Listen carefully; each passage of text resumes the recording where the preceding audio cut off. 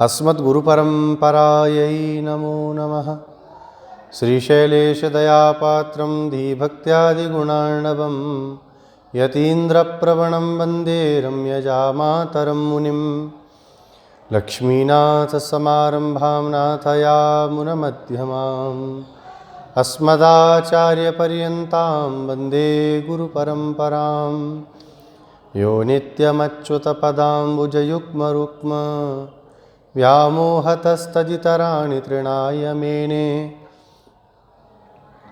अस्मद्गुरोर्भगवतोऽस्य दयैकसिन्धो रामानुजस्य चरणौ शरणं प्रपद्ये। कासाये विमले दधानमुरसि श्रीयज्ञसूत्रं सितं भाले श्रीसहितोर्ध्वपुण्ड्रतिलकं हस्ते त्रिदण्डं वरं। वेदान्तद्वयसारबोधनचरणं स्वाचार्यभक्तं यतिं वन्दे वैष्णववृन्दभूषणमहं श्रीदेवनारायणं।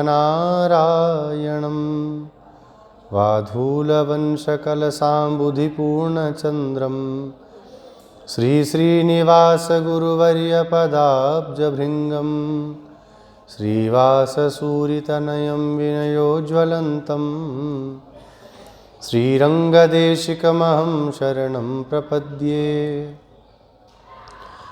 यो ब्रह्माणं विदधाति पूर्वं यो वै वेदांश्च प्रणोति तस्मै तगुंहदेवमात्मबुद्धिप्रकाशं मुमुक्षुर्वै शरणमहं प्रपद्ये। कालिंदी पुण्यतीरे मुनिजनविभवं दिव्यवृन्दावनाख्ये भक्ताभीष्टप्रदन्तं रघुकुलतिलकं सानुजं शार्गपाणिं। राधाकृष्णाख्यतत्त्वं श्रितजनशरणं भ्राजमानं शुभाङ्गम्। सीताचित्ताभिरामं भवभयहरणं सन्ततं भावयामि। गोदाविभूषणसुरम्यवराभिधानं वृन्दावनावनिनिधिं करुणैकदानम्। अर्चावतारनिखिलेष्वपि यत्प्रधानं तद्रङ्गदेशिकधनं शरणं सराणि। श्रीस्तनाभरणं तेजः श्रीरङ्गेशयमाश्रये। चिन्तामणिमिवोद्भान्तम् उत्सङ्गेऽनन्तभोगिनः। देवस्य महिषीं दिव्याम् आदौ गोदामुपास्महे। यन्मौलिमालिकां प्रीत्या स्वीकरोति स्वयं प्रभु। वाञ्छाकल्पतरुभ्यश्च कृपा सिन्धुभ्य एव च पतितानां पावनेभ्यो वैष्णवेभ्यो नमो नमः। श्रीवैष्णवेभ्यो नमो नमः। श्रीमन्नारायण नारायण नारायण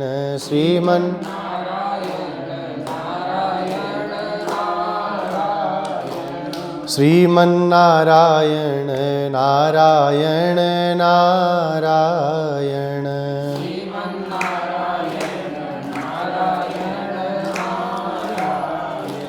गोदा नारायण नारायण नारायण।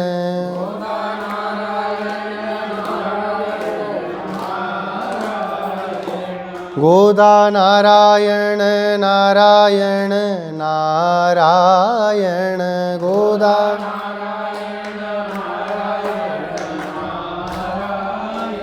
श्रीमन्नारायण नारायण नारायण श्रीमन्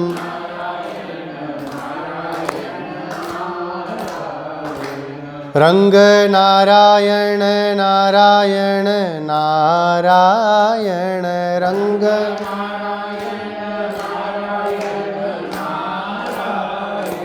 वेंकट नारायण नारायण नारायण वेंकट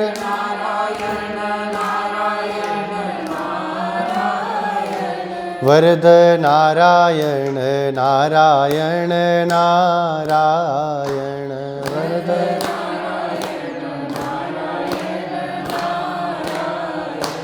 संपत नारायण नारायण नारायण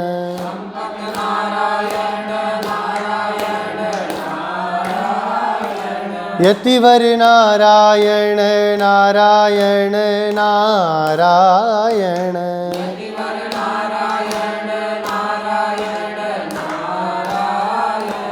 गुरुवर नारायण नारायण नारायण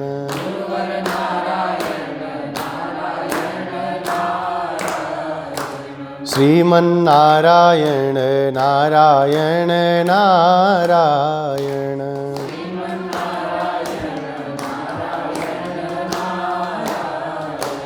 भजमन्नारायण नारायण नारायण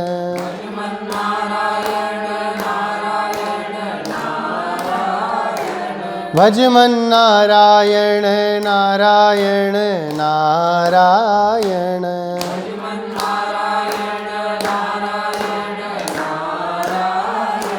श्रीमन्नारायण नारायण नारायण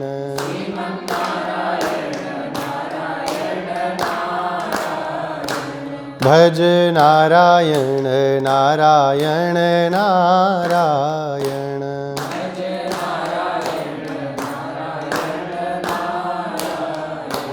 रट नारायण नारायण नारायण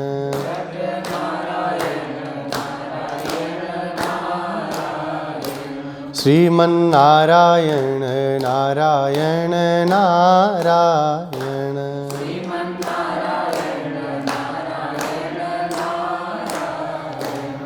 श्री गोदारंगमन्नार भगवान की, श्री लक्ष्मी नारायण भगवान की, श्री सीतारामचंद्र भगवान की, श्री राधा कृष्ण भगवान की, श्री वृंदावन बिहारी लाल की, श्री वृंदावन धाम की, श्री यमुने महारानी की, श्री गिरिराज महाराज की, श्री तिरुप्पावे दिव्य प्रबंध की, श्री भाष्यकार रामानु स्वामी जी महाराज की, पूज्यपाद श्री स्वामी जी महाराज की, समस्त पूर्वाचार्य आलवारों की, समस्त श्री वैष्णव भागवत संगोष्ठी की, श्रीमान श्री रंगदेशिक स्वामी जी महाराज की, श्री हनुमान जी महाराज की, श्री गौ माता की, सत्य सनातन वैदिक धर्म की,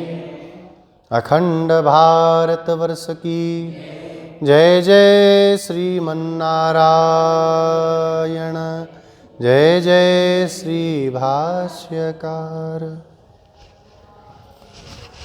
अखिल हे प्रत्यनीक कल्याण गुणैकतान, श्वेतर समस्त वस्तु विलक्षण सच्चिदानंद घन भक्त वांछा प्रपूरक, नंद नंदन यशोदानंद वर्धन यमुना पुलिन संचारी, श्री रंगदेशिक धन भगवान श्री गोदारंगमन्नार, कृपा समुद्र भगवान श्री आदिशेषावतार श्री भाष्यकार श्री रामानु स्वामी जी महाराज, परम पूज्य प्रातः स्मरणीय श्री स्वामी जी महाराज, समुपस्थित समस्त श्री वैष्णव भागवत वृंद। आज धनुर्मास के 13वें दिवस में अम्मा जी के द्वारा प्रसादित तिरुप्पावे की 13वीं गाथा का अनुसंधान करने के लिए हम लोग यहाँ समुपस्थित हुए हैं। एक एक सखियों को उठा रही हैं। आज भी एक सखी को जगाने के लिए उसके द्वार पर अम्मा जी पहुंच गई। आलवारों के क्रम में श्री भट्टनाथ स्वामी जी के बाद में श्री भक्तांग हृरेणु स्वामी जी महाराज का नाम आता है। आज उनको यह अपनी इस गाथा में उठा रही है। उठ जाओ, अब प्रातः काल की वेला हो चुकी है। संसार में डूबे रहना ही हमारे लिए सोना है, लेकिन भगवत रस में डूबे रहना इन सखियों का सोना है। आलवार आए तो आलवारों ने किन्हीं लोगों को देख करके दया भाव से उनको उपदेश नहीं किया।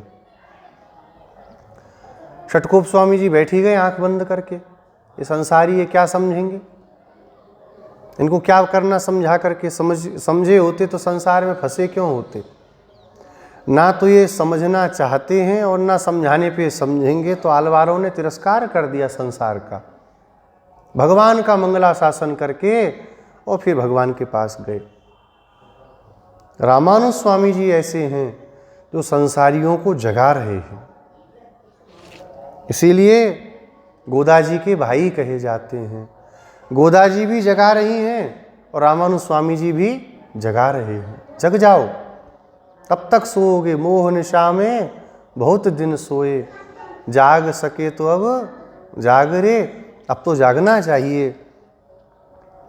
इस सखी को जगाते हुए अम्मा जी कहती हैं, पक्षिणो मुखम विदारितवतो दुष्टराक्षसम उद्धृत्योन्मूलितवतः कीर्तिं गीत्वा गत्वा बालाः सर्वाः व्रतस्थलं प्रविष्टाः शुक्र उदितः गुरुरस्तमितः पक्षिणश्च कूजन्ति भोः कुसुमहरिणे क्षणे सुशीतलम् अवगाह्य स्नानम् अकृत्वा शय्यायां शेषे किं शालभञ्जिके त्वं स्वमीचीनकाले कृत्रिमं विहाय मिलित्वा भोजानीता अस्मच्छन्दः।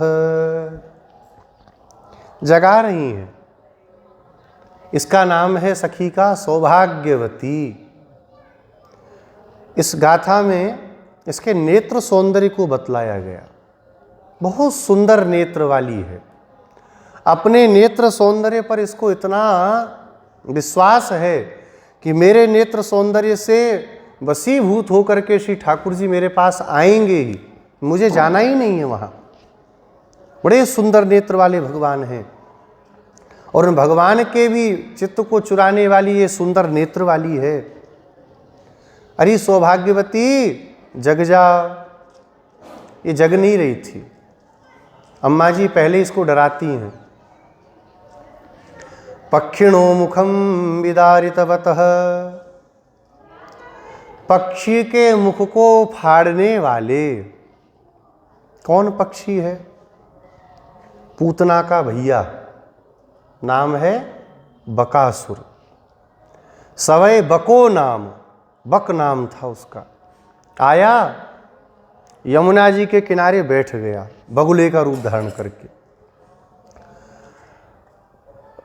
भगवान सुखदेव कहते हैं, परीक्षित, उसको देख करके ग्वाल वालों को ऐसा प्रतीत हुआ कि मानो किसी पहाड़ के पंखों को काट दिया हो इंद्र ने और वो यहाँ पे आके गिर गया। इतना विशाल पहाड़ के समान था ये बकासुर। ग्वाल वाल देख के आश्चर्य में थे, ये क्या है ये? कोई कुछ समझता उसके पहले खड़ा हो गया और भगवान को अपने मुख में भर लिया। बलराम जी, अन्य सारे गोप भी मूर्छित होकर के गिर पड़े। क्यों मूर्छित हुए? बोले भगवान के वियोग में। बलराम जी क्यों गिरे? क्या उनको नहीं पता कि ये कुछ नहीं करेगा? बोले जब भगवान का वात्सल्य, जब भगवान का दिव्य रूप, भगवान का दिव्य सौकुमार्य दिखाई पड़ता है तो भगवान का ऐश्वर्य जीव अपने आप भूल जाता है। ये कौन है? एक तरफ कहने वाले अहम वेद्मि महात्मानं रामम सत्य पराक्रमम। कौन कह रहा है? विश्वामित्र जी। और जब भगवान राम को सोते देख रहे हैं तो कौशल्या सुप्रजा राम पूर्वा संध्या प्रवर्तते। भगवान को ऐसे उठा रहे हैं। भगवान के ऐश्वर्य का श्रवण करके जीव मानता है कि हमारे रक्षक भगवान हैं, लेकिन जब भगवान के सौकुमार्य का, सौंदर्य का, लावण्य का दर्शन करता है तो जीव मानता है ये क्या रक्षा करेंगे, इनकी रक्षा तो हमको करनी है, हम इनके रक्षक हैं। अपने को भगवान का रक्षक मान लेता है। मूर्छित होकर के गिर पड़े सारे ग्वाल बाल बलभद्र जी। भगवान ने उसी समय अपना ताप बढ़ा दिया। भगवान के दिव्य मंगल विग्रह में दिव्य तेज प्रकट हुआ, इसका मुंह जलने लगा। उगल दिया भगवान को, निकाल दिया मुख से। एक क्षण में भगवान ने इसकी दोनों चोंचों को पकड़ा और बीच से फाड़ते हुए 2 खंड में भगवान ने इसका उद्धार कर दिया। सारे के सारे ग्वाल बाल जय जयकार करने लगे, श्री बाल कृष्ण लाल की। भगवान ने बकासुर का उद्धार कर दिया। दुष्ट राक्षसम उद्धृत्योन्मूलितवतः, दुष्ट राक्षस को उखाड़ करके उन्मूलित करने वाले, माने जड़ तक न बचे ऐसा उखाड़ करके फेंकने वाले। यहाँ पर दुष्ट राक्षस कौन है? गोदा जी से सखियों ने पूछा, दीदी आप बोलती हो दुष्ट राक्षस को, ये दुष्ट राक्षस कौन है? कौन सा ऐसा राक्षस है जिसका नाम तक आप नहीं लेना चाहती, दुष्ट राक्षस कहती हो? गोदा जी कहती हैं दुष्ट राक्षस और कोई नहीं, रावण ही है। ये रावण ही है। दुष्ट क्यों है? बोले दिव्य दंपति, उनको अलग करने वाला है, माता पिता को अलग करने वाला है। श्री कृष्णपाद स्वामी जी लिखते हैं माता पिता को जैसे अलग कोई करे ऐसा ये दुष्ट है। आज तो संसार में ऐसे बहुत से दुष्ट रावण हैं, माता पिता को अलग करने वाले। संसार में बहुत सारे दिख जाएंगे आपको। भगवान को श्री जी से अलग करने वाला कैसा अलग किया? 10 महीने वहाँ पर श्री जी रोई और 10 महीने भगवान रोए। एक दिन भी भगवान शांति से बैठे नहीं श्री जी के वियोग में, इतना भगवान को कष्ट हुआ। दुष्टता यही है इसकी।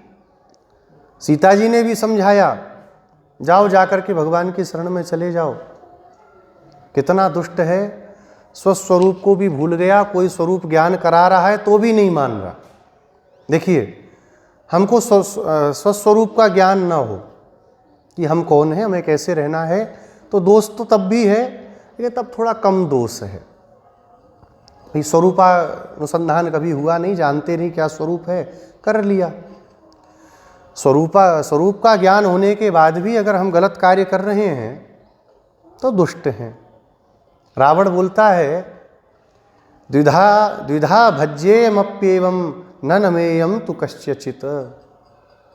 एक बार को मैं 2 खंड में हो जाऊंगा, लेकिन मैं किसी के आगे झुकूंगा नहीं, राम के आगे मैं नमूंगा नहीं। इस पंक्ति पर मेरे स्वामी जी बोलते थे, बड़ी बढ़िया बात।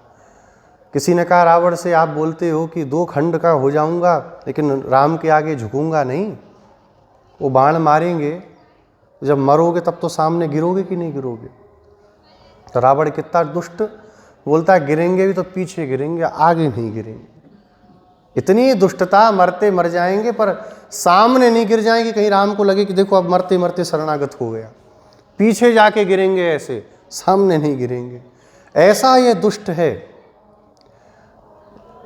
सब समझाने वाले गए, आचार्य के रूप में साक्षात हनुमान जी समझा रहे हैं कि देखो राम जी बड़े सुंदर हैं, भगवान बड़े अद्भुत हैं, एक बार उनकी शरण में चलो, वो तुम्हारे समस्त पापों को क्षमा कर देंगे, कोई बैर नहीं रखेंगे। तुम बुद्धिमान हो, बलवान हो रावण, तुमको थोड़ा बुद्धि से कार्य करना चाहिए। इतने बड़े महापराक्रमी, एक बाण से बाली का वध करने वाले, उनसे बैर करके तुम्हारा क्या होगा? इसलिए चलो भगवान की शरण में। नहीं गया। आचार्य रूपा सीता जी हैं, परमाचार्य रूपा सीता जी समझा रही हैं कि राम जी की शरण में चलो। विदितः सही धर्मज्ञ शरणागत वत्सल। शरणागत वत्सल हैं, कोई शरण में आवे रघुनाथ जी कभी लौटाते नहीं हैं। राम जी की गोष्ठी बड़ी अद्भुत है। बड़े से बड़ा पापी भी आ जाए भगवान की शरण में, भगवान देख करके क्षमा कर देते हैं। चलो कोई बात नहीं, शरण में आया है, शरणागत है। शरणागत जीवों पर भगवान कृपा करते हैं। दुष्ट हो चाहे महात्मा, कोई ऐसा नहीं जो उनके गुणों में आसक्त ना हो। श्री कृष्णपाद स्वामी जी बोलते हैं, रावण स्वामिनो वीर्यस्य विषयो भूत। रावण भगवान के वीर गुण को देख करके मोहित होता है। जब भगवान से युद्ध करने के लिए गया रावण, भगवान ने अपने तीखे बाणों से सब इसका धनुष सब काट कूट दिया। ये मूर्छित होकर गिर पड़ा, तो उसका जो सारथी था दौड़ा करके इसको छुपा के लंका ले आया। तब रावण वहाँ पर कहता है, तुमने मुझे तो कायर बना दिया। इतना पराक्रम, जिस रावण के सामने बड़े बड़े देवता नतमस्तक हो जाते हैं, उस रावण को अपने तीखे बाणों से मूर्छित करने वाले ऐसे पराक्रमी राम से तुम पीठ करा के मुझे ले आए। भगवान के वीर गुण पर वो मोहित हो गया। प्रशंसा कर रहा है भगवान के वीर की, भगवान के तेज की। स्वसा सौंदर्य क्षुभित लोचना बभूव। स्वसा माने इसकी बहन, भगवान के सौंदर्य गुण के ऊपर जो है वो अपने नेत्रों को दे आई। भगवान के सौंदर्य को देख करके ऐसा सौंदर्य तो आज तक कभी हमने नहीं देखा। तुम सम पुरुष नमो सम नारी, झूठ बोल रही है भगवान के आगे जा करके। अनुजः शील गुण विषयो भूत। और इसका अनुज विभीषण भगवान के शील गुण पर भगवान के न्योछावर हो गए। भगवान का स्वभाव है, कोई चला जाए शरण में भगवान स्वीकार करते हैं। हनुमान जी की वार्ता हुई ना विभीषण जी के साथ में, रामचरितमानस में प्रसंग है। तो विभीषण जी क्या कहते हैं कि मेरे जैसे पापी को आपका दर्शन हुआ, ये बहुत बड़ा मेरा सौभाग्य है। तो हनुमान जी क्या बोले, प्रात ले जो नाम हमारा, तेहि दिन ताहि न मिले आहारा, असुमे अधम सखा सुन। भैया, हे सखा विभीषण, हमसे अधम संसार में आपको कोई मिलेगा नहीं। सुबेरे कोई अगर उठ करके हमारा नाम ले ले, हे हनुमान, तो पूरे दिन भूखा मर जाएगा, इतने हम अधम हैं। हनुमान जी बोल रहे हैं इस बात को। लेकिन रघुनाथ जी कितनी बड़ी कृपा करते हैं, मेरे जैसे अधम को भी उन्होंने स्वीकार कर लिया, मेरे जैसे बंदर को भी जिन्होंने अपने हृदय से लगाया। भगवान के इस शील को सुन करके, भगवान के स्वभाव को जान करके विभीषण भगवान के प्रति आसक्त चित्त हो गए, आए शरण में। और आकर के क्या बोले, सब कुछ त्याग के हे राम जी आपकी शरण में आया हूँ। त्राहि त्राहि आरत हरन, शरण सुखद रघुवीर। आप आरतों की आरती का हरण करने वाले हैं। कष्ट में पड़ा हुआ व्यक्ति अगर एक बार भी रघुनाथ जी आपका नाम पुकारे, तो आप उसके कष्टों का हरण करते हैं बिना किसी स्वार्थ के। संसार में देखिए जितने भी संबंध हैं, कोई किसी का उपकार भी करता है तो किसी न किसी स्वार्थ से प्रेरित होकर के करता है कि आज हम ऐसा करेंगे, कल को हमारे लिए ऐसा करेंगे, विचार करके करता है। लेकिन भगवान ऐसे हैं बिना किसी स्वार्थ के। हम लोग आप लोग क्या कर सकते हैं भगवान के लिए, क्या करने योग्य हैं। लोग आते हैं वृंदावन में, बिहारी जी जाते हैं, महाराज अगर ये काम बन गया तो 1 किलो पेड़ा और 1 बढ़िया वाली माला चढ़ाएंगे। अरे भाई, आपका पेड़ा भी आप ही ले जाओगे, माला भी आप पहन के जाओगे, बिहारी जी को क्या मिल रहा है। हे गोवर्धन जी दूध चढ़ाएंगे, मत चढ़ाओ, क्या बिगड़ेगा गोवर्धन जी का। ये हमारी छोटी भावना है बुद्धि की, लेकिन भगवान तब भी प्रसन्न होते हैं कि चलो बेचारे ने मेरे लिए इतना सोचा तो सही। पूज्य मेरे स्वामी जी एक दृष्टांत देते थे इस विषय पर। स्वामी जी बोलते थे, एक पिता से बच्चा पैसा लेकर के मेला देखने गया, 10 रुपया 15 10, अब क्या समझो, अब तो 100 रुपया कम से कम मेला के लिए। सब 90 रुपये का मेला अपना देखा, 10 रुपये का पिता के लिए कुछ खरीद करके ले आया। और ला के दे दिया। पिता कितना प्रसन्न होता है, देखो मेरा बेटा मेरे लिए लाया। कोई पूछे भाई पैसा कहाँ से आया, हमने दिया। कितने दिए? 100, 90 तो खुद रख लिए उसने, 10 ही का तो लाया। तब भी पिता है फालतू बात करते हो, कितना हमको मानता है, हमारे लिए लाया। यही स्वभाव भगवान का है। हम इतना भी करें, भगवान कहते हैं देखो कितना मेरे लिए किया। अरे देखो मुझे प्रणाम करता है, जब जब निकलता है मुझे ऐसे प्रणाम करता है, मेरे द्वार पे झाड़ू लगाता है, मेरी पोशाक बनाता है, मेरे लिए माला बनाता है, मेरे लिए जल लेकर के आता है। एक भी हम कोई भगवान के निमित्त कार्य करते हैं, भगवान उसको बहुत बड़ा मान करके स्वीकार करते हैं। बहुत करता है ये मेरे लिए। ये भगवान का स्वभाव है, ये भगवान का स्वभाव है। इस स्वभाव को सुन करके विभीषण भगवान की शरण में गए, भगवान ने स्वीकार किया। ऐसे सुंदर स्वभाव वाले भगवान हैं, ऐसे गुणों वाले भगवान हैं कि शत्रु भी मोहित हुए बिना नहीं रह सकता। कोई स्त्री का कोई नाक कान काटे, भले कितना सुंदर हो, कितना बुरा भला कहेगी उसको, गालियां बकेगी उसके लिए, अरे बड़ा ऐसा वैसा तरह तरह की बात। लेकिन जब नाक कान काट दिए, गई खरदूषण के पास शिकायत करने, फिर रावण के पास गई। रावण को तो बहुत धिक्कारा शूर्पणखा ने। रावण ने कहा अच्छा कौन है? तो क्या कहती है? तरुणो रूप संपन्नो सुकुमारो महाबलो पुंडरीक विशालाक्षौ चीर कृष्णाजिनांबरो। बड़े सुंदर हैं भैया, तरुणावस्था है, रूप संपन्न है, सुकुमार हैं, महाबली हैं, बड़े बड़े कमल के समान नेत्र वाले हैं। खरदूषण जब भगवान के सामने पहुंचे तो पहले 14 राक्षसों को भेजा था मारने के लिए। बड़े पराक्रमी 14 राक्षस थे। भगवान ने सबका उद्धार कर दिया। जब 14 राक्षसों का उद्धार हुआ तो जनस्थान में खलबली मच गई। खरदूषण नाराज होकर के चले। तिसरा को लेकर के 14,000 राक्षस आए और भगवान श्री रामचंद्र के सामने जब आए तो भगवान को देख करके खरदूषण मोहित हो गए। इतने सुंदर हैं। जाकर के राक्षसों से कहा इनको बोलो कि अपनी पत्नी को अगर हमें दे देंगे तो हम इनको छोड़ देंगे। यद्यपि इन्होंने हमारी बहन को कुरूप बनाया है। आइए गुरुजी। यद्यपि इन्होंने हमारी बहन को कुरूप बनाया है, लेकिन तब पर भी ये मारने योग्य नहीं है। विराजिए गुरुजी, प्रणाम। वंदन करने जाता है।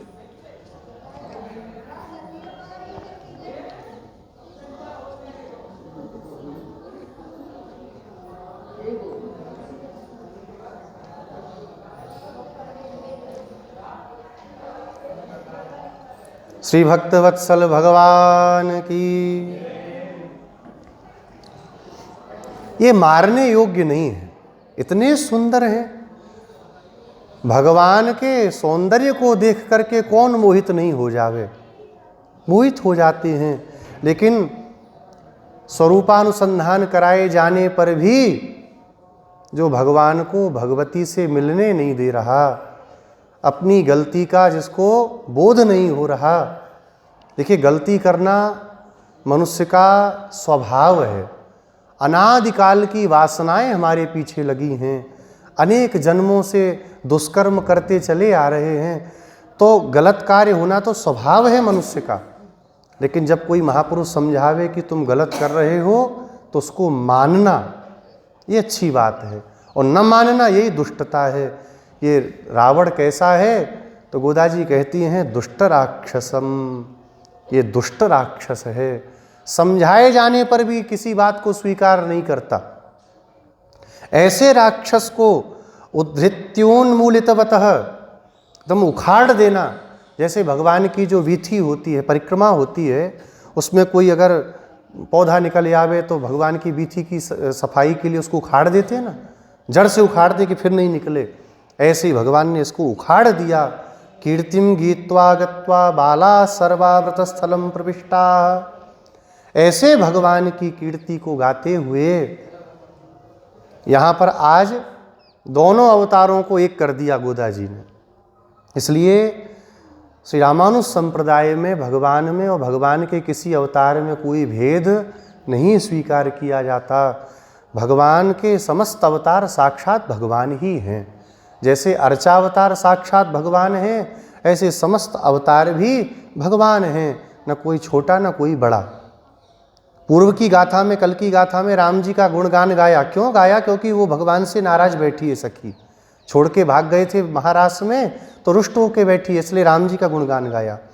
और यहाँ पर भी वही गोपियों का भाव, भगवान के उस बकासुर का उद्धार करने वाले, दुष्ट राक्षस रावण का उद्धार करने वाले अपने प्रियतम का गुणगान करती हुई सभी जो बाला हैं, सभी जो गोपियां हैं, वह व्रतस्थल में प्रवेश कर चुकी हैं।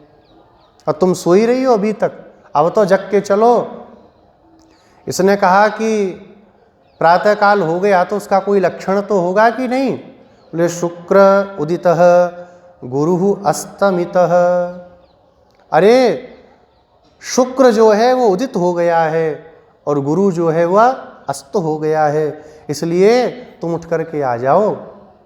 जब सुना तो अंदर से सखी ने कहा, तुम कब से ज्योतिषी हो गई बड़ी भारी, तुम्हें क्या पता सूर्य कौन है और गुरु कौन है, शुक्र और गुरु कौन है, इसलिए तुम्हारी बात को मैं प्रमाण नहीं मानती। और कोई बात हो तो बताओ। तो पक्षिणश्च कूजन्ति भोः। अरे पक्षी कूक रहे हैं, कितना सुंदर स्वर कर रहे हैं। पूर्व की भी एक गाथा में बताया है, पक्षी कूक रहे हैं। तो यहाँ पर आचार्य लोग कहते हैं दो बातों को द्वारा अम्मा जी नहीं कहेंगी। तो वहाँ पर पक्षी जग करके एक दूसरे से मिल रहे हैं, और यहाँ पर जो कूकना है, पक्षियों का कूजना है, वो क्या है? बोले अब चल रहे हैं और एक दूसरे से कह रहे हैं उस दिशा की ओर चलो, वहाँ पर खूब अन्न मिलेगा, चलो उस दिशा की ओर हमको चलना है। इतने पक्षी बोल रहे हैं, क्या दिन नहीं हुआ? अंदर से सोते सोते यह सखी बोली, सौभाग्यवती, ये पक्षी सब सो रहे थे बड़े प्रेम से, तुम सब आ गई तो रास्ता बता रही हैं कि वो दूसरा पेड़ है, वहाँ तक ये नहीं पहुँच पाएंगी, वहाँ चल के सो। ये सब सोने को ही जा रहे हैं, इसलिए इनका कहना, इनका कूकना, इनका कूजना प्रातः काल की बेला नहीं है। तब अम्मा जी कहती हैं, कुसुम हरिणे क्षणे कमल पुष्प निवासी मधुकर निभलोचने। टीकाकार व्याख्यान करते हैं, कमल पुष्प के ऊपर जो विराजमान भौरा है, उसके समान सुंदर नेत्रों वाली। इसके नेत्रों का सौंदर्य है ना, आज गाथा के प्रारंभ में बताया। अथवा पुष्पहारी नयने, पुष्पों के रस का हरण करने वाला भौरा, उस भौरे के समान सुंदर नेत्रों वाली। कितने सुंदर तेरे नेत्र हैं, अरे उठ करके आ जा। तेरे नेत्रों का सौंदर्य ऐसा है कि सौंदर्य को देखने के लिए लाल जी अपने समस्त कार्यों को छोड़ करके और केवल तेरे नेत्रों के पीछे पीछे दौड़ रहे हैं, इसलिए तू आ जा और हम सबके ऊपर कृपा कर। बिना तेरे उनकी कृपा हमारे ऊपर होने वाली नहीं है। सामान्य और विशेष दो प्रकार के धर्म हैं। सामान्य धर्म है भगवान को प्राप्त करना, विशेष धर्म है भगवान को सबको प्राप्त कराना। जो जीव संसार में भटक रहे हैं उनको भी भगवान की ओर लेकर के चलना, ये विशेष नियम है। तो सामान्य नियम का जैसे लक्ष्मण जी त्याग करते हैं और विशेष नियम का परिपालन करते हैं। रामायण में 4 चरित्र हैं। गोविंदराज स्वामी जी बोलते हैं, श्री राम, श्री भरत, श्री लक्ष्मण और श्री शत्रुघ्न। राम जी सामान्य धर्म का पालन करते हैं, मातृदेवो भव, पितृदेवो भव, आचार्य देवो भव, सामान्य नियम पर चल रहे हैं। सामान्य धर्म से विशेष धर्म महत्वपूर्ण होता है। विशेष धर्म का पालन कौन कर रहे हैं? श्री लखन लाल जी। विशेष धर्म क्या है? भगवान ही अपने हैं, भगवान को छोड़ के कोई अपना नहीं है। भगवान की सेवा के लिए अपने माता पिता, अपनी पत्नी, अपने शरीर तक का मोह श्री लक्ष्मण जी ने त्याग दिया। तो बोले सबसे बढ़िया तो लक्ष्मण जी का धर्म है। बोले नहीं, लक्ष्मण जी से भी बढ़ कर के एक विशेषतर धर्म है। वो किसका है? विशेषतम धर्म है। वह किसका है? बोले वह श्री भरतलाल जी का है। क्यों? देखिए, सेवा जब करे तो सेवा भी निस्वार्थ होकर करनी चाहिए कि नहीं? आपको एक श्लोक बताया था, नित्यम निरपराधेषु कैंकर्येषु न्यूंक्षमाम। आपका जो निरपराध कैंकर्य है, सेवा है, उसमें आप हमको लगा लीजिए। उस कैंकर्य में स्वभोग्य बुद्धि नहीं होनी चाहिए कि ये हम करेंगे तो हमको ऐसा होगा ना। भगवान के लिए, प्रसन्नता के लिए। लक्ष्मण जी सेवा कर रहे हैं, लेकिन लक्ष्मण जी की सेवा अपने सुख के लिए है। मेरे को सुख है, मैं सेवा करूंगा आपकी, मैं नहीं जानता किसी को।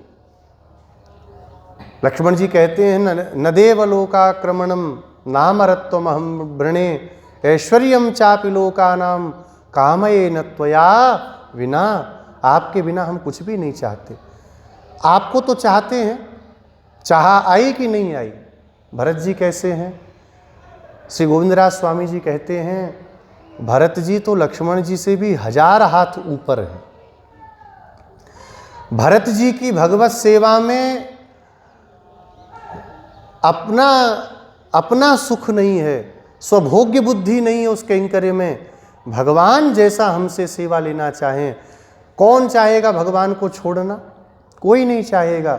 लेकिन भगवान ने कहा भरत, मेरी प्रसन्नता इसी में है कि तुम जाकर के 14 वर्षों तक वहाँ पर प्रतीक्षा करो और फिर मैं आऊँगा। भगवान की बात को मान करके भरत जी चुपचाप लौटे आए। जैसी प्रभु को इच्छा हो, जैसा भगवान को अच्छा लगे। तो लक्ष्मण जी के धर्म से भी बढ़ करके भरत जी का हो गया। और जिन भरत जी की प्रशंसा भगवान अपने मुख से करें, उनके जैसा संसार में कौन होगा? कोई हो सकता है? रामचरितमानस का प्रसंग है, आप सबने सुना भी होगा। भरत जी बहुत बड़ी सेना को लेकर के भगवान को लौटाने के लिए अयोध्या से चले।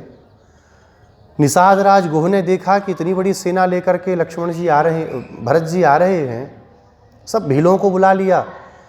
यद्यपि अयोध्या की सेना के आगे हम बहुत समय तक नहीं जीवित रह पाएंगे, लेकिन जब तक शरीर में प्राण है तब तक अपने प्रभु की हमको रक्षा करनी है। खड़े हो जाओ तुम सब। अब जब तक प्राण रहेगा भरत को गंगा पार करने नहीं देंगे। छींक हुई तो एक बूढ़े वहाँ पर भील थे, उन्होंने कहा देखो हमको लगता है कि कुछ अपशगुन वाली बात नहीं है, यहाँ तो कोई अलग ही बात है, जरा भरत का मन लो जा करके। तो पता चला तो स्वयं लेकर के चले। जो हाल था निषाद राज गुह का, वही हाल हुआ लक्ष्मण जी का। लक्ष्मण जी ने देखा विशाल सेना आ रही है, तो नाराज होकर के भगवान के पास आए। बोले भैया, आखिर विष के वृक्ष में विष का ही फल निकलेगा। जिसकी माँ कैकेयी जैसी क्रूर हो, वो क्या आपका भला करने वाला होगा? विशाल सेना को लेकर के देखिए भरत यहाँ पर आ रहा है कि आपको मार देगा और मार करके स्वयं सदा के लिए उस अयोध्यापुरी का राज्य करेगा। पर भैया, आज आपके चरणों की शपथ खा करके मैं कहता हूँ, आज अगर युद्ध में महादेव जी भी आ जाएंगे भरत का साथ देने, तो युद्ध में उनका भी वध करके ही मैं आपके पास आऊँगा। आपका बाल भी बांका ये नहीं कर पाएगा भरत। भगवान ने समझाया लक्ष्मण जी को। और भगवान क्या कहते हैं? भरत को कोई मद नहीं है। लक्ष्मण जी ने कहा इस संसार में कोई ऐसा प्रगटा है कि प्रभुता प्राप्त करके मद न हो? अयोध्या जैसे साम्राज्य को प्राप्त करके मद न हो? भगवान राम एक बात बहुत विश्वास से कहते हैं, भरत ही होई न राज मद विधि हरि हर पद पाई। संसार में लक्ष्मण तुम्हारी बात बिल्कुल सत्य है, सबको मद हो सकता है, लेकिन मैं हृदय से कहता हूँ मेरे भरत को कोई मद नहीं हो सकता। अयोध्या तो बहुत छोटा सा राज्य है, साक्षात ब्रह्मा जी का, भगवान हरि का, श्री महादेव जी का पद भी अगर तीनों के पद को मिश्रित करके भी अगर भरत को दे दिया जाए तब भी भरत के मन में मद नहीं होने वाला। भगवान के अत्यंत परतंत्र होना, और इससे भी बढ़ करके है भागवत पारतंत्र। सर्वोत्तम धर्म है श्री शत्रुघ्न लाल जी का, भगवान की से। उनका नाम क्या है? शत्रुघ्न। शत्रुन हंतीति शत्रुघ्न, शत्रुओं को जो मारे।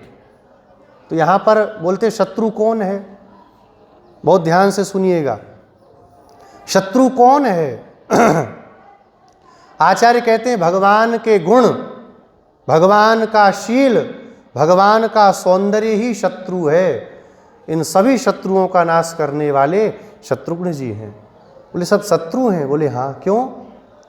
कहे भागवत सेवा के लिए, एक भक्त की सेवा के लिए अगर भगवान के इन सब विषयों का चिंतन शत्रुघ्न जी कर लेते तो क्या भगवान की सेवा में मन लगता? भगवान के गुणों को अगर ध्यान करते, सौंदर्य ध्यान करते, भगवान का शील स्वभाव ध्यान करते तो भरत जी की सेवा एक क्षण नहीं कर पाते। सबको शत्रु के समान जिन्होंने बगल कर दिया, ये सब शत्रु हैं। हमारे लिए तो यही सबसे उपादेय हैं। भरत जी की सेवा करते हुए 14 वर्षों तक अयोध्या में रहने वाले शत्रुघ्न लाल जी सर्वोत्तम धर्म का निर्वहन करने वाले हैं, और तू ऐसे धर्म को त्याग करके अपने नेत्र सौंदर्य में ही पड़ी है। यहाँ पर सामान्य धर्म का त्याग कर दे और सर्वोत्तम धर्म है भागवत पारतंत्र, उसको स्वीकार कर और आ जा। का क्या करेंगी? बोले सुशीतलम अवगाह्य स्नानम। सुशीतल जो यमुना जी का परम पवित्र जल है, उस जल में चल करके स्नान करेंगे। बोले यहाँ पर शीतल बोल देती, सुशीतल क्यों कह रही? बहुत ठंडा क्यों कहती हो? बोले जब बहुत ठंडे जल में स्नान करेंगी तो भरत जी के समान भगवान हम पर भी कृपा करेंगे। कथम अपर रात्रेषु सरयूम अवगाहते। आपको बताया था ना एक दिन पहले भी, जब लक्ष्मण जी ने भगवान से कहा पंचवटी में, भैया इतना ठंडा सरयू जी, यहाँ गोदावरी का जल है और हमारी अयोध्या में तो यहाँ से भी ज़्यादा ठंड पड़ती है, कैसे रात्रि के अंतिम पहर में हमारे भैया जग करके, अत्यंत जो सुकुमार हैं, जिनको बहुत प्रेम से लालन पालन किया गया, ऐसे भरत जी रात्रि के अंतिम पहर में कैसे सरयू में स्नान करते होंगे। भगवान को भरत जी की याद में इतना भाव हुआ कि नेत्रों से भगवान के जल का प्रवाह होने लगा। ऐसे ही जब हम बहुत ठंडे जल में स्नान करेंगी तो भगवान को हमारे ऊपर करुणा होगी। दूसरा भाव, श्री कृष्ण विरह में ऐसी तीव्र अग्नि शरीर में लगी हुई है कि इस अग्नि को शांत करने के लिए अत्यंत ठंडे जल में ही यमुना जी के स्नान करना पड़ेगा। पर स्नानम अकृत्वा, पर तू स्नान नहीं कर रही है। शय्यायाम शेषे, तू शैया में सो रही है। किम शालभंजिके, क्या तू कठपुतली है? हे कठपुतली, कठपुतली कैसी होती? बोले जब स्वामी चलाता है तभी चलती है। तो क्या श्री कृष्ण के आने पर ही तू कुछ कार्य कर पाएगी? क्या हमारे आने पर तू उठेगी नहीं? अरे उठ जा, हम मानते हैं तू उनके हाथ की कठपुतली है, लेकिन भगवान को अपने भक्त के आश्रितों के प्रति बहुत आदर रहता है, बहुत प्रेम रहता है। गजेंद्र मोक्ष के प्रसंग में बताया ना, भगवान ने जब ग्राह का मस्तक काटा तो सब महात्माओं ने पूछा महाराज ये क्या किया? भगवान कहते हैं हमारे भक्त का आश्रित है, इसलिए हमने उस पर पहले कृपा की। ये सब सुन चुके हैं तो उसको बार बार क्या बोलना। आश्रित भक्तों के जो आश्रित हैं उन पर भगवान की कृपा पहले होती है। भगवत संग संगस्य मर्त्यानाम किमुदोक्षति। भगवत संग संगस्य, गुरु जी आगे, मर्त्यानाम किमुत आशीष। हाँ, मर्त्यानाम किमुत आशीष, ये सबसे बड़ी उपलब्धि है। हम भगवत चरणाश्रितों के आश्रित होकर के रहें। देखिए तिरुप्पावय में हम लोग अंतिम तक सुनते चलेंगे। एक ही भाव पर अम्मा जी बारंबार जो रहस्य कह रही हैं, रहस्यात्मक रूप में जो कह रही हैं, वो एक ही बात कह रही हैं, भगवत पारतंत्र से बढ़कर के भागवत पारतंत्र है। भक्तों के आश्रय में रहना। इसलिए आप उठ जाओ। त्वं समीचीन काले कृत्रिमं विहाय मिलित्वा। अब इतना समीचीन काल हो गया। क्या समीचीन काल हुआ? ले आज तक कोई मिलने नहीं देता था, आज मिलने के लिए खुद ग्वाल बाल कह रहे हैं, जाओ जाओ। बूढ़े गोप कह रहे हैं, जाओ जाओ जाओ श्री कृष्ण से सामान मांगना। आज तक जो लोग रोकने वाले थे आज भेजने वाले बन गए। इतना सुंदर यह काल मिला है और उसको त्याग करके तुम कृत्रिम को पकड़ के पड़ी हो। कृत्रिम माने भगवान का अनुसंधान करते। भगवान का अनुसंधान कृत्रिम है, कितनी बड़ी बात है। और भक्तों का अनुसंधान वह समीचीन है, वह अकृत्रिम है। भगवान के भक्तों के संग हम जब बैठ के भगवान की चर्चा करते हैं तो भगवान को और प्रसन्नता होती है और प्रेम होता है। इसलिए इस कृत्रिम को छोड़ करके जो अकेले अकेले तुम अनुसंधान कर रही हो पढ़ी पढ़ी, ये ठीक नहीं है। आओ आकर के हम सबसे मिल जाओ और हम सब मिल करके प्यारे श्याम सुंदर का दर्शन करने चलेंगी। उनके पास चल करके सुंदर गीत गाएंगी, सुंदर उनके नाम का संकीर्तन करेंगी और जिससे उनकी प्रसन्नता होगी और वह प्रसन्न होकर के हमें अपना परिकर प्रदान करेंगे। भगवान के पास चलने के लिए तुम्हें हमारे पास आना ही होगा, क्योंकि भगवान की शरण में बिना किसी बिचौलिए के जाओ तो भगवान स्वीकार नहीं करते। भागवत में दसम स्कंद के पूर्वार्ध में हमारे गुरुजी बोलते थे, दो देवताओं ने भगवान की लीला में उत्पात किया। पहले कौन आए? चार मुंह वाले ब्रह्मा जी, और दूसरे इंद्र देवता।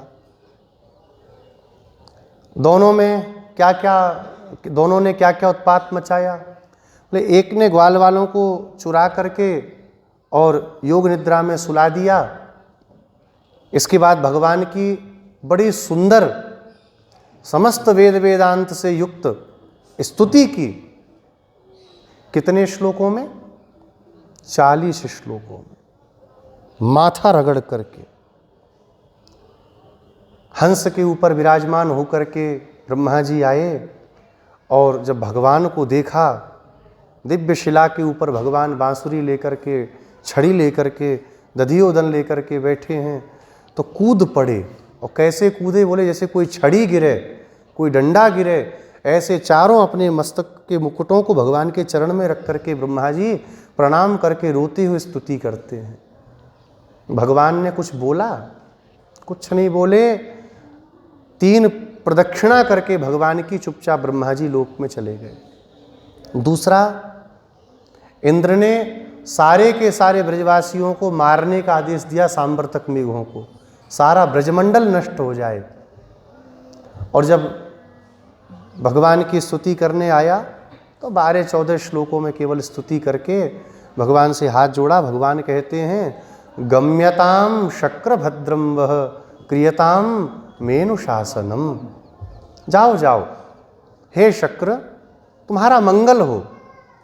हैं? भगवान करे तुम्हारा मंगल हो और हमारी बात पर अब ध्यान देना, हमारा अनुशासन मानना। यहाँ पर बात होती है, इतना बड़ा उपद्रव करने वाले इंद्र ने छोटी सी स्तुति की, भगवान क्षमा कर रहे हैं। और जरा सा भगवान की लीला को देख करके कौन मोहित नहीं हो जाए? मोहियंति यत्सूरयः। ब्रह्मा जी मोहित हो गए। तो इतना बड़ा भगवान दंड दे रहे कि बात तक नहीं कर रहे। कारण क्या है? बोले ब्रह्मा जी बिना किसी आचार्य के, बिना किसी बिचौलिए के भगवान की शरण में पहुँचे, भगवान बोले तक नहीं। और वहीं सुरभि शक्र एवच, सुरभि माता की पूंछ पकड़ के इंद्र पीछे पीछे आए, बिचौलिया बना के, गुरु मान करके उनको भगवान क्षमा करते हैं। अम्मा जी कहती हैं, यद्यपि भगवान के पास हम जाएंगी, भगवान दर्शन देंगे, पर वैसा आनंद हो पाएगा कि नहीं जो तुम्हारे साथ होगा, क्योंकि भगवान को एक बीच में रहने वाले मध्यस्थ की आवश्यकता रहती है। मध्यस्थ ना हो तो भगवान फिर कृपा नहीं करते। आपसे सुंदर मध्यस्थ कौन हमें मिलेगा? जिनके नेत्रों के सौंदर्य को देख करके लाल जी मचल जाते हैं, ऐसी सुंदर तुमको छोड़ करके श्री कृष्ण को प्राप्त हम कैसे कर सकेंगी। इसलिए हे देवी हम प्रार्थना करती हैं, अब तो कम से कम सौभाग्यवती जी हम पर दया करके अपने द्वार का उद्घाटन करो, द्वार को खोलो और हमारे पास आ जाओ। सुन करके सौभाग्यवती जी ने अपने द्वार को खोल दिया और आकर के श्री गोदा जी की गोष्ठी में सम्मिलित हो गईं। और जब सम्मिलित हुई तो सखियों ने कहा, आज की जो आपकी गाथा है इसका क्या रहस्यार्थ है, वह रहस्य आप हमको बताइए। अब यहाँ पर गोदा जी कहती हैं, कालक्षेप स्थलम प्राहुर्बुधा ये तो व्रतस्थलम। व्रतस्थल में सखियां प्रवेश कर गई हैं, ऐसा कहा ना। तो व्रतस्थल क्या है? बोले कालक्षेप का जो स्थल है वही व्रतस्थल है। कालक्षेप माने प्रवचन का जो स्थान है। आपको परसों की गाथा में भी बताया था, निवेदन दास किया था। हमारे श्री संप्रदाय का ये वैशिष्ट्य है, हमारे पूर्वाचार्य कालक्षेप के ऊपर बहुत जोर देते हैं। नित्य कालक्षेप होना चाहिए। घर में झाड़ू एक दिन लगाते हैं कि रोज लगाते हैं? रोज लगाते हैं।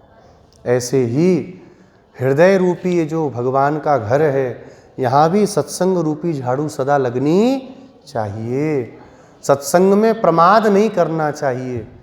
क्या करेंगे सत्संग से, क्या होगा सुन करके, कहना नहीं चाहिए। पूज्य गुरु जी बैठे हैं, इनको क्या ज़रूरत है यहाँ बैठने की, या मैं क्या इनको सुनाऊंगा। लेकिन ये सब अपने आचरण से बताते हैं कि आप सब भी इस बात को सीखो। चल नहीं पाते, किसी तरह दो लोग पकड़ के लाते हैं, तब भी गुरुजी कल भी पधारे, आज भी देखिए पधारे। कालक्षेप स्थल में जाना ही व्रत स्थल में प्रवेश है। भागवता अनन्यारहा तत्र गच्छन्ति नित्यशः। जो अनन्य गति वैष्णव हैं, भगवान को ही अपना सर्वस्व मानने वाले वैष्णव हैं, वह नित्य वहाँ पर जाते हैं, नित्य कालक्षेप करते हैं। पूर्वाचार्यों की गोष्ठी देखिए, उनके चरित्रों को सुनिए, तो नित्य सत्संग हो रहा है। रामानुज स्वामी जी नित्य तिरुप्पावे का अनुसंधान करा रहे हैं, तिरुवाई मौली का अनुसंधान करा रहे हैं, भाष्यादि ग्रंथों का अनुसंधान करा रहे हैं। संसार में ये जो जड़ता है हमारी, ये जड़ता एक दिन में नष्ट होने वाली नहीं है। अनादिकाल की जड़ता है ये। अनादिकाल से जड़ बुद्धि हुए पड़े हैं। एक दिन के सत्संग में कैसे कुछ होगा। तो निरंतर रसरी आवत जातते सिल पे पड़े निशान। जब बारंबार बार बार सत्संग करेंगे, तब कहीं जाकर के सद्बुद्धि प्रकट होगी। सुखदेव जी जब आए सनकादिकों की कथा में, कैसे आए?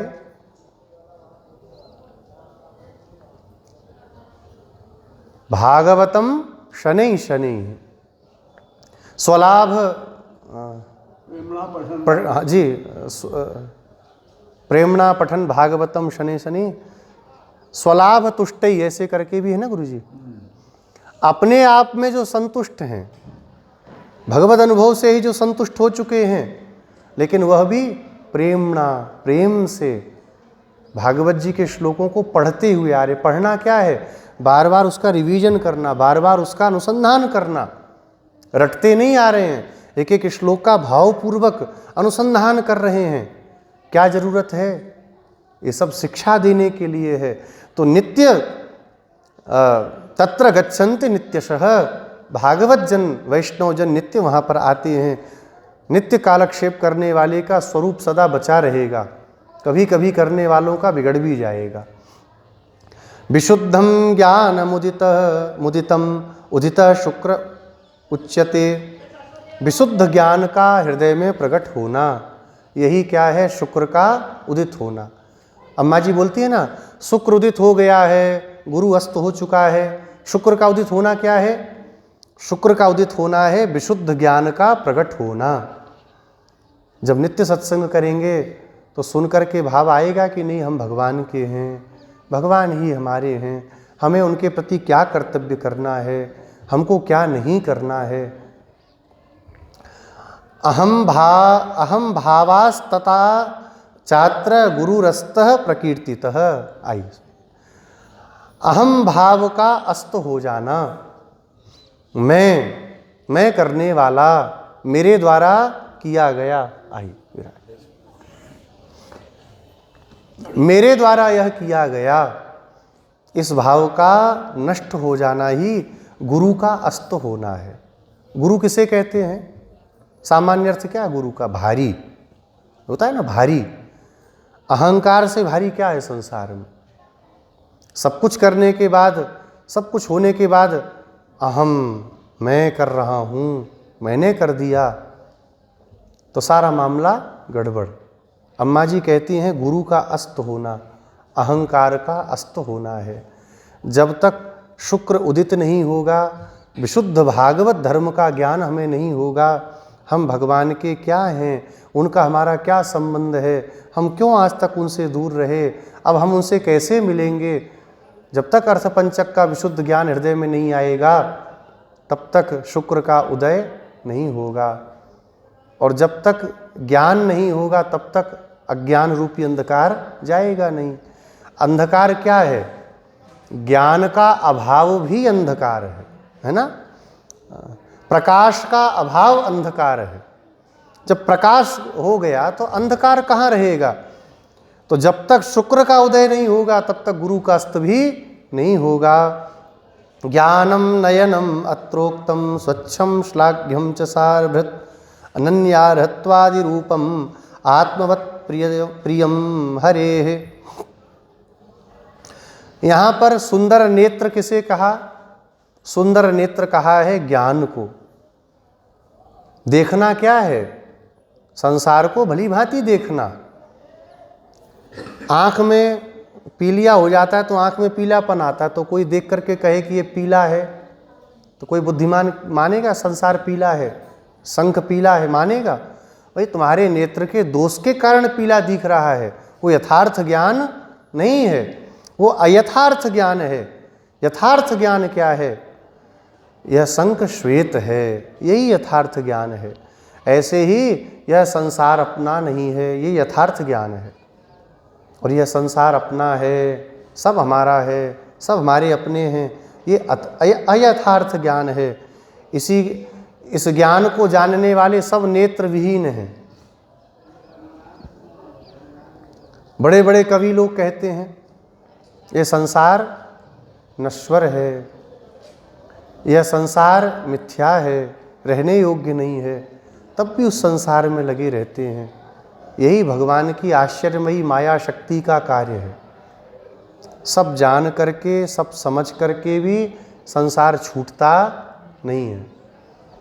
बंदर होता है ना, वृंदावन वालों को तो बता नहीं क्या।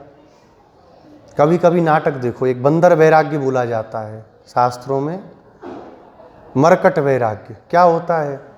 बंदर कभी कभी बंदरिया उसको मारती है, की करके लात मार के भगा देती है, तो एकदम उदास हो जाता, अब संसार में कुछ नहीं रखा, तो आंख बंद करके एकदम बैठ जाता कोने में।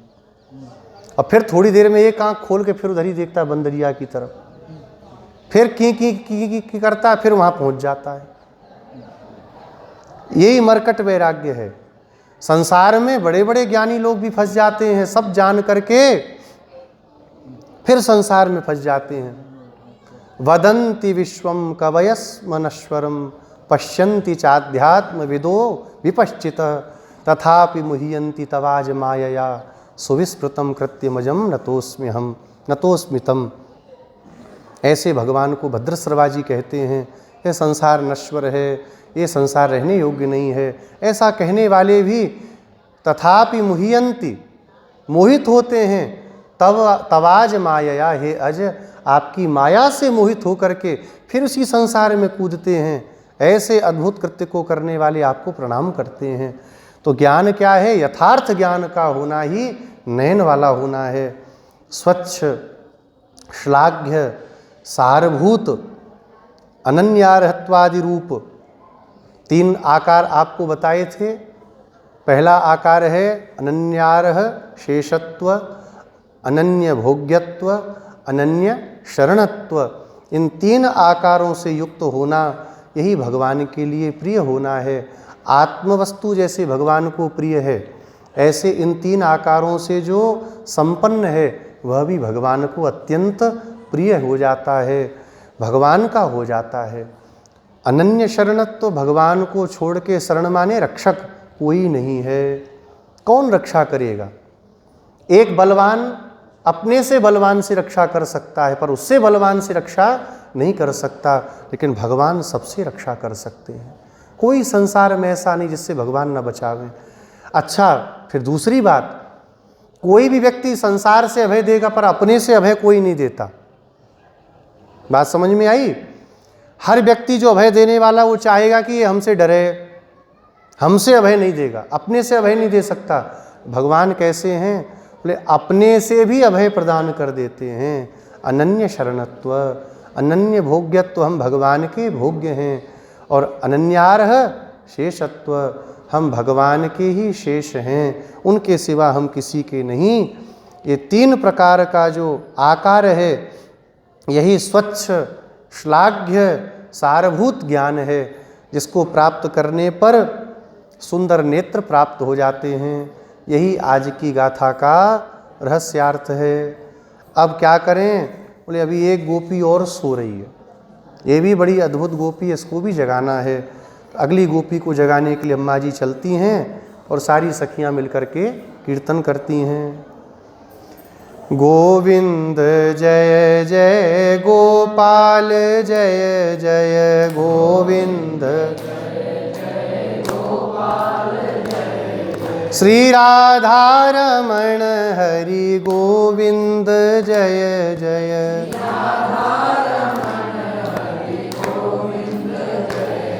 श्री गोविंद जय जय गोपाल जय जय,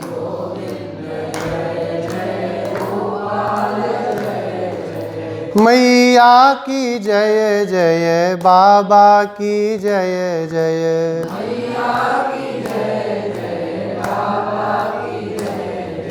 मैया की जय जय, बाबा की जय जय,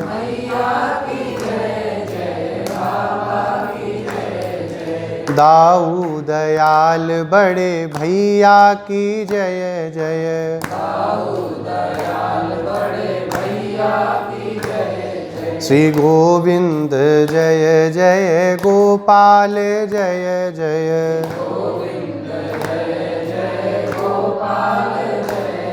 श्री ललिता की जय जय, विशाखा की जय जय,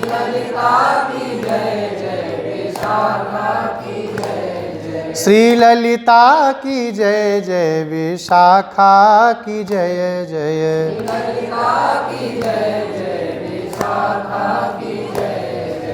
बरसाने वाली प्यारी श्री जी की जय जय,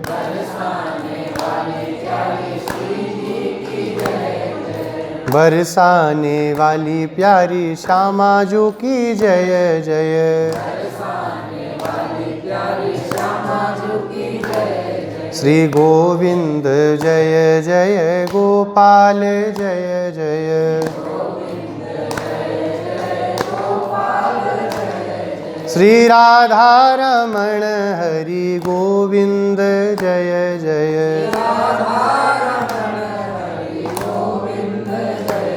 श्री गोविंद जय जय गोपाल जय जय,